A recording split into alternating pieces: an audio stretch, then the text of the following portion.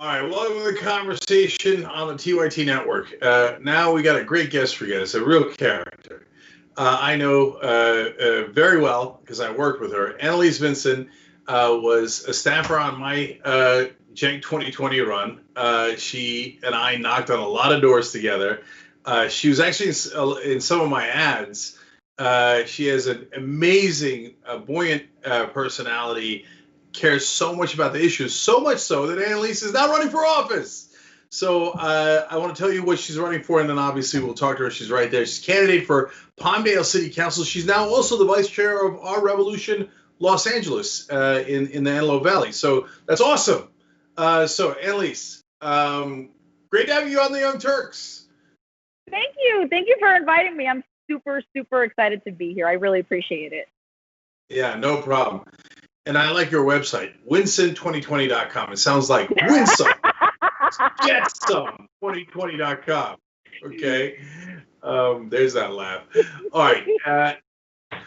Annalise, first off, before we talk about why you decided to run, give me a little background here for the folks at home. Where's your family from, and how'd you wind up in Palmdale? Yeah, thank you. So I'm a Cuban immigrant. I was born in a small town in Cuba called Buenos. Back when Clinton was president, he gave out a limited number of visas for Cubans to be able to come to the U.S. And they did it like a lottery in Cuba, and it was called the Bombo. And so my mom, who was very much anti the Castro regime and wanted to come to the U.S., she entered the lottery, and she actually won. So we got a visa and we got to fly to California, which was amazing. And I've lived in the Antelope Valley most of my life since then. And that was when I was 7 years old. So, my mom's owned a home in Palmdale for about 20 years. I've lived in Palmdale and Lancaster most of my life. And I mean, it's my community, it's my neighborhood. And when I saw that there was a vacuum of leadership, I felt like it was my responsibility to fill it. All right, great. So let's talk about that run then. So why the Palmdale City Council, and what do you think you can get done there that could help folks? So it's funny that you asked that because when I first announced that I was running, I got on this big call with a bunch of AV people, and a couple of them were Democratic delegates. And when I told them that I wanted to focus on things like not only jobs, but healthcare, a UBI, COVID assistance, they said, you're crazy. You can't do any of that from the city council. You would have to be running at a state level, right? So I heard all these reasons why I couldn't do anything to fix any of the issues that were going on. Turns out they were wrong. So one of the most interesting things that I found out is that everything that we have been told we can accomplish is a lie. We can actually accomplish about 1 million times more than that. It's just that they don't want us to. They want to keep the status quo. So when I looked around at Palmdale and I saw that nothing was being done to guarantee treatment to COVID patients, that we weren't getting the ball rolling on affordable housing, that we didn't still have jobs up here, I said, what's going on here? So when I looked into the mayor and the city council, I realized that what's going on is what I like to call corrupt inaction. So there's all these issues, and they're either corrupt and purposefully causing the problems, or they're inept and don't know how to do their job. Either way, they got to go. So one of the issues was affordable housing. So I looked into how much we were paying contractors for housing. Turns out in LA County, the median price that contractors are charging for one unit is over $500,000. And this is for affordable housing. In Palmdale, where I live, it was over $300,000. So these numbers seemed a bit extreme to me. So I went ahead and did some research with my team, and it turns out that if we actually used affordable housing manufacturers or worked with nonprofits such as Habitat for Humanity, we could have built 10 up to 50 times as much housing. That means that a 100-unit apartment complex could have been $5,000 for the same money. So we are handing over our tax dollars to contractors and not asking any questions. So that's on the housing front. Then I looked at healthcare. Well, it turns out that there is a movement sweeping the nation where over 300 cities have started organizing to put together a resolution demanding Medicare for all. And over 35 of them have already passed those resolutions, including LA and San Francisco. So it turns out in Palmdale, we can go ahead and bring that resolution forward, sign it, and demand Medicare for all. And if we get enough cities in California to do this, then Gavin Newsom and our California reps are going to have no choice but to do what needs to be done and make California the first state to pass Medicare for all. And one of the other things that I looked into was a UBI. Well, it turns out that there are mayors across the country, including in Florida, testing out pilot UBI programs, and they're giving every resident of the city an income. So I want to push Mayor Hoffbauer here in Palmdale to institute that, because we can do all these things. It turns out that there's so much that we could have done at a local level, and we just chose not to. Yeah. Mayor Tubbs in Northern California is participating in one of those programs about UBI. So you're absolutely right about that. And obviously, Annalise is not going to take corporate campaign donations. So Vinson2020.com, that's VINSON 2020.com. We'll have the link down below, and there it is right there, so you can see it. You can see how you could donate and volunteer. It's so important. This is the same area that I was trying to represent at the congressional level, and Palmdale does not get nearly enough love nationally and statewide.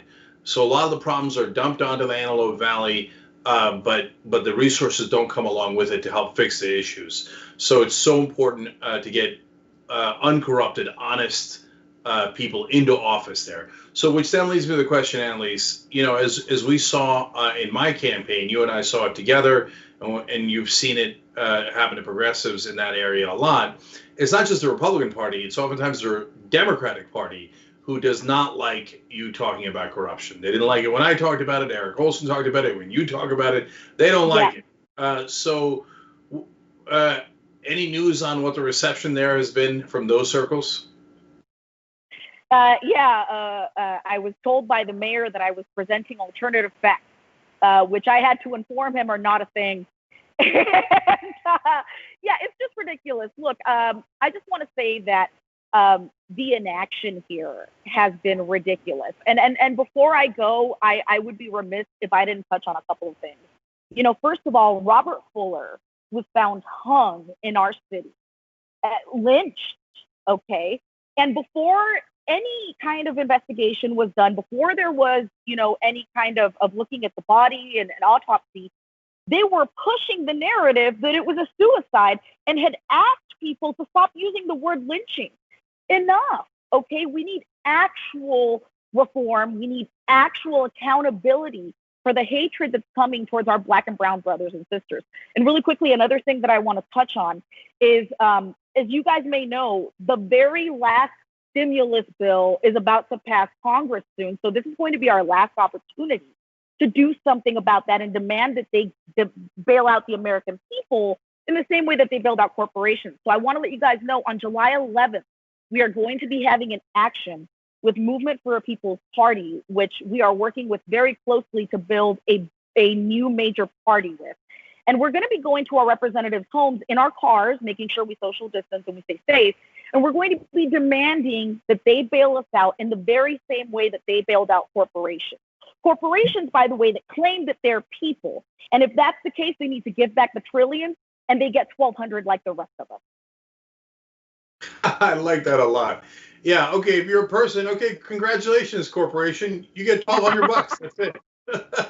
That's what the rest of folks got, right? So, Annalise, this is a great point. So you're also vice chair of Our Revolution, as I explained in the area. So what does Our Revolution do to help progressive candidates like you? Yeah. So I was just elected vice chair of Our Revolution Los Angeles. I'm incredibly proud. So look, the major thing that we're working on right now is not only getting the voices heard of our local candidates in LA County, but also we are merging with Movement for a People's Party. That's peoplesparty.org if you guys are interested. Like I said, we're creating a major new party to take on the Democratic Party and the Republican Party. The thing is, the largest voting bloc in the country is non-voters, followed by non-affiliation. That tells us that most Americans don't feel represented.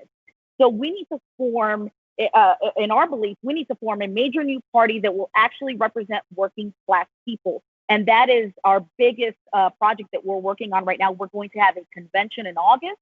And there's a lot of exciting stuff to come. The Yang Gang has joined us. Shahid Buttar is going to be joining one of our actions this weekend. We have support from Nina Turner, Cornel West, Jimmy Dore. I mean, Bernie Group. It's just amazing. We're really excited. Awesome. And as a lot of you know, watching this show, Shahid Buttar is running against Nancy Pelosi in that primary. Sorry, he's passed the primary in the general election in November. All right, everybody check out Vincent2020.com. That's VINSON 2020.com. Link is in the description below. And I just absolutely love that Annalise took action and took matters into her own hands and said, all right, I'm going to do it. I'm going to run for a local office. So it's Palmdale City Council, District 1. Please check it out. If you're in the area, please volunteer for her. It makes a giant difference. And now we'll reverse roles, Annalise. And as soon as coronavirus is over, I'll come knock on doors for you. All right? Yay! Thank you, Cenk. I really appreciate it. And thank you so much for everything you guys are doing. 2 easy ways to follow the Young Turks. One is hit the subscribe button down below. Then you're a TYT subscriber. And second is ring the bell. And when you do that on YouTube, you're notified of our videos.